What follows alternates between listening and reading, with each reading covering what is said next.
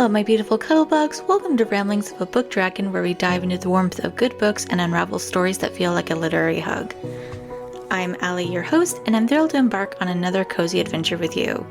So grab a cup of your favorite beverage, snuggle into your cozy reading nook, and let's begin. But before we do, please feel free to like, comment, and subscribe so that you won't miss a single podcast episode. I really value your feedback and book recommendations. Now let's begin with today's episode.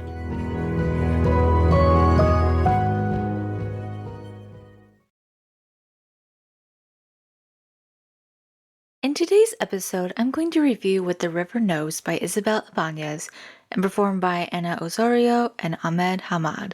The story follows a young woman named Inez Oliveira, and this is an historical fantasy novel.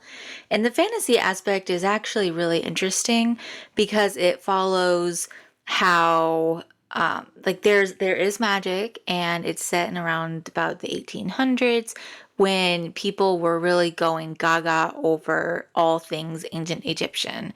And Inez's family, her parents have been they're from Argentina and Brazil, and they like to really explore all things Egypt. They've been looking for Cleopatra's tomb, and her father would, or her parents, they would send her all sorts of little gifts and little bits of information, letting her know what was going on. But she's always really wanted to go with them to Egypt, but they've never let her. And when she's finally deciding she's going to tell them that she really wants to go, she receives a letter from her uncle letting her know that her parents have disappeared and are presumed dead.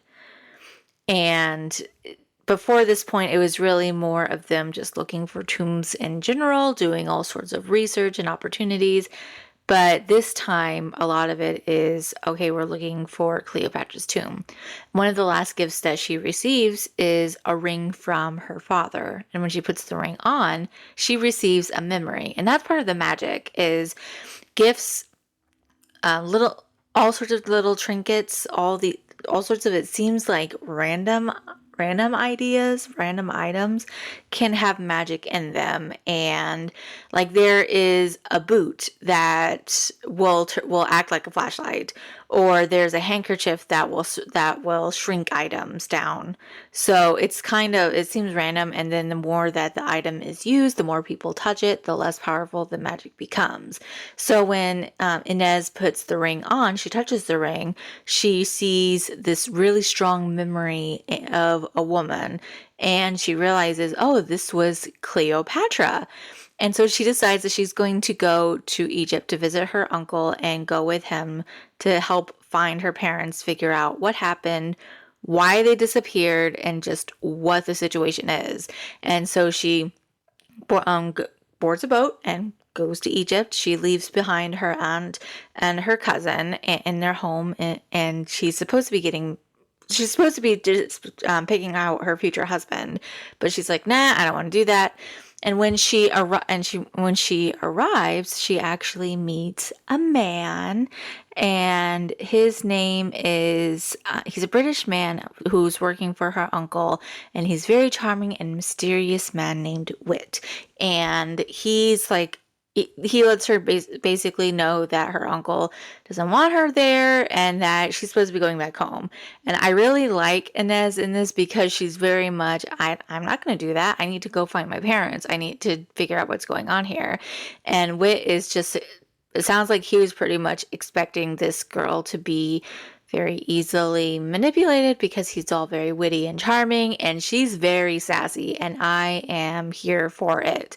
And so we're slowly starting to find out that there is this whole mystery because her parents had this hotel room, and she finds a letter, and there's just all these things that are kind of starting to not quite add up. But she thinks that this is actually all pointing towards her uncle, who is part of what happened to her parents, that her uncle killed her parents.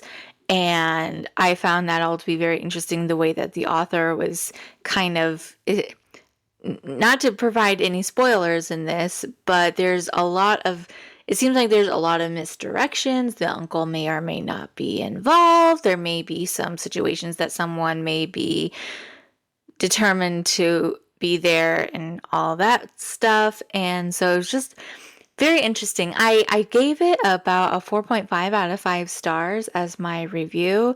And I really like the fact that she used, so with the magic, the ring is taken from her by this British man who's all very, oh, well, I deal with antiquities and now this ring is actually mine when she's on the train to Alexandria. And just to take a step back, and she finds out that this magic kind of clung to her, so she's able to sense this same pull of magic, this same spell that Cleopatra used on other items. I'm still not entirely certain I understand what exactly this magic is for. Like, the magic system is interesting, but and it kind of makes sense that the more you handle it, the less powerful the magic is. But it still was kind of a bit confusing, but that's beside the point. So her uncle was bound and determined to send her back home. And because she has this gift, and they're trying to find Cleopatra's tomb, they think they have an idea of where this tomb is at. And so she's able to convince her uncle by letting him know, hey, I can sense this magic.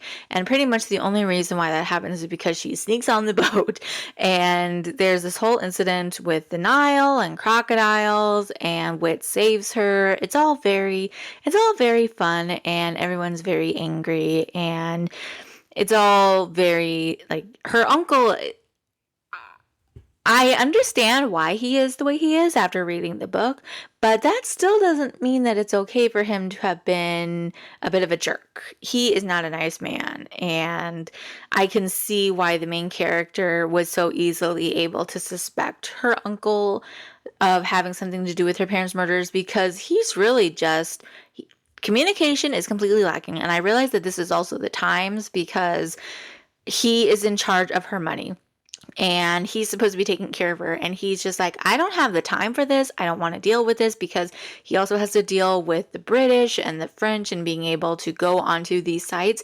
And what I found really interesting about this as well is, like, a lot of times with all the Egyptology mania, it's coming from the American and from the British and the American viewpoints.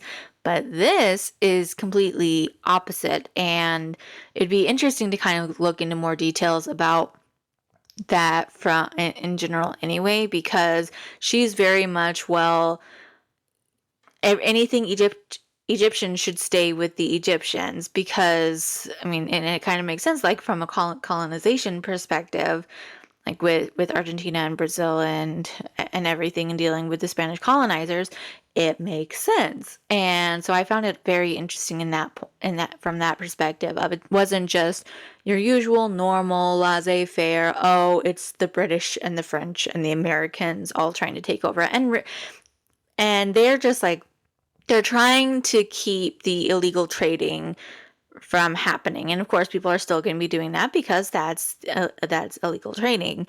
But I just found that to be really interesting. And they do eventually find the tomb, of course, and there's a little bit of romance between Wit and Inez, and she just keeps on leading him around, and it's all very fun with that. And so, yep, I gave it a 4.5 out of 5 stars. I really liked both of the voice actors. I wish we had a little bit more of Wit, because the majority of the chapters are from Inez's perspective. And then sometimes we get like a little snippet at the end where it's Wit talking. And that is when we hear from the man, Ahmed Hamad. And there's supposed to be a second book, and I'm hoping that maybe we get a little bit more information about him. Like, we learn a little bit in the book, but it'd be nice to kind of get a little bit more information and to hear more from him as well in the second book. So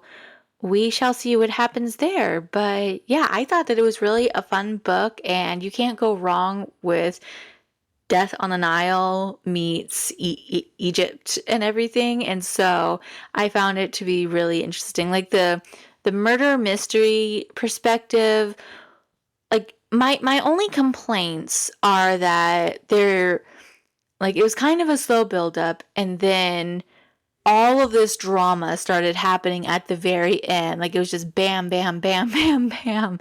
And it just became just all sorts of chaos. And like it was good chaos. I mean, it was kind of building up in a way. And I really liked the twists that happened because I wasn't expecting those twists to happen. Like I can see where, thinking back on it, I can see where those twists were coming from in that regard. And I didn't like the way that her uncle reacted to some of those twists because he was really just blaming Inez, and it's like, she's what, 18, and you're a grown ass man. Sorry, you're a grown man and you're acting this way, but what do I know? That's 1800 men, I'm sure, as well, with just all the patriarchy. And that was really fun too with this, that we see a strong, powerful woman who is naive in a lot of ways, but she's learning and she wants to continue to do things even though people keep on telling her, go home. You don't need to be here, go home. And she's just wanting to continue to do what she's doing and finding things out. And so I thought that it was all around a really fun book, and I can't wait to read the second one.